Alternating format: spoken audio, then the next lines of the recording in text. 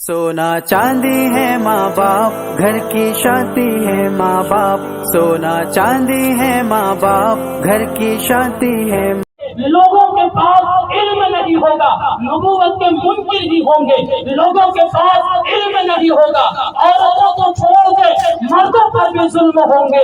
जब लोगों के पास इल्म नहीं होगा, आपस में खून के प्यासे बने ही रहेंगे। जब इंसानों के पास इल्म नहीं होगा, लोग जुल्म और सितम खाते ही रहेंगे। इसलिए ये जवाब सुन लो, पहला हुक्म इल्म का है कि जब इल्म आता है जहालत की तारीकी छट जाती है। जब इल्म आता है जहालत की रात का सवेरा हो जाता है। जब इल्म आता है तब इंसान इल्म की रोशनी में अल्लाह को भी पहचानता है, रसूलुल्लाह को भी पहचानता है। जब इल्म आता है तो इंसान पास बादल मौत के एतकाद से भी वाबस्ता होता है। जब इल्म आता है इंसान के अखलाक संवरते जाते हैं। और हद तो ये है कि जब इल्म आता है तो इंसान के अंदर इंसानियत आती है।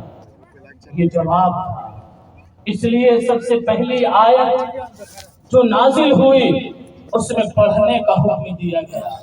फिर दूसरी और तीसरी और चौथी और पांचवी आयत में इसी का तज़किरा, पढ़ो, सिखाया, सीखो, कलम, इन्हीं चीजों का तज़किरा इसीलिए किया कि जब इल्म आएगा जहालत छटेगी, ना इल्मी खत्म होगी, इंसान हुकूक को भी पहचानेगा, खुदा की भी पहचान होगी, रसूल की भी पहचान होगी। चुनांचे इल्म जब आया, ये माबूदाने बातिला को खाने काबा ही से नहीं बल्कि पूरे अरब से बाहर निकाल दिया गया। और जब इल्म आया औरतों के हुकूक में मिल गए।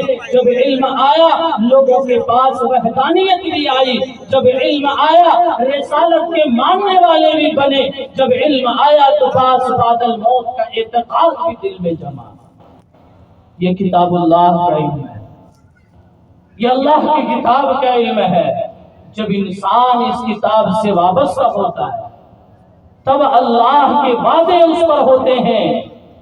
और किताबुल्लाह के साथ वाबस्तगी का मतलब सिर्फ ये नहीं कि हमने पढ़ लिया, हमने सुन लिया, हमने समझ और याद कर लिया, बल्कि किताबुल्लाह के साथ वाबस्तगी का मतलब ये है हमारे सीने में अल्लाह की किताब की हुक्मरानी हो, हमारी जिंदगी में किताबुल्लाह की हुक्मरानी हो, हमारे घर में किताबुल्लाह की हुक्मरानी हो, हमारे मकान में किताबुल्लाह की हुक्मरानी हो, हमारी दुकान में किताबुल्लाह की हुक्मरानी हो, हमारे खानदान में किताबुल्लाह की हुक्मरानी हो, हमारे माशरे में किताबुल्लाह की हुक्मरानी हो।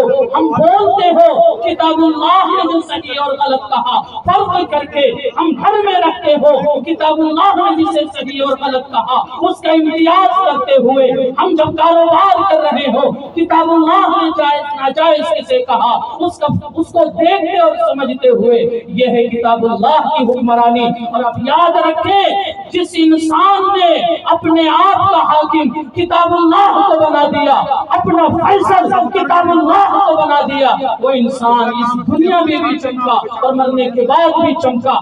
जिस कौम ने किताबुल्लाह को अपना रहबर बना लिया, अपना हाकिम बना लिया, वो कौम दुनिया में भी बुलंदी पाई है और हमेशा बुलंद रही है। जिस कौम ने अपने मुआशरे में किताबुल्लाह की हुक्मरानी नाफिज नहीं की, वो कौम न कभी तरक्की पाई है न कभी तरक्की पा सकती। आप जिम्मेदारी से काम कर दीजिए। ये किताबुल्लाह है। इसलिए सबसे पहली चीज किताबुल्लाह के साथ वाबस्तगी, किताबुल्लाह के साथ वाबस्तगी।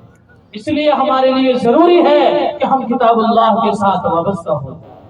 और वाबस्तगी सिर्फ ये है ही नहीं कि हमने पढ़ लिया और याद कर लिया और बस काम खत्म। दूसरी बात जो अल्लाह ने इरशाद फरमाया वो दूसरी बात ये थी इकामत सलात के हम पाबंद हो जाए। इकामत सलात के हम पाबंद हो जाए। इकामत सलात इतनी अहम चीज है कि बस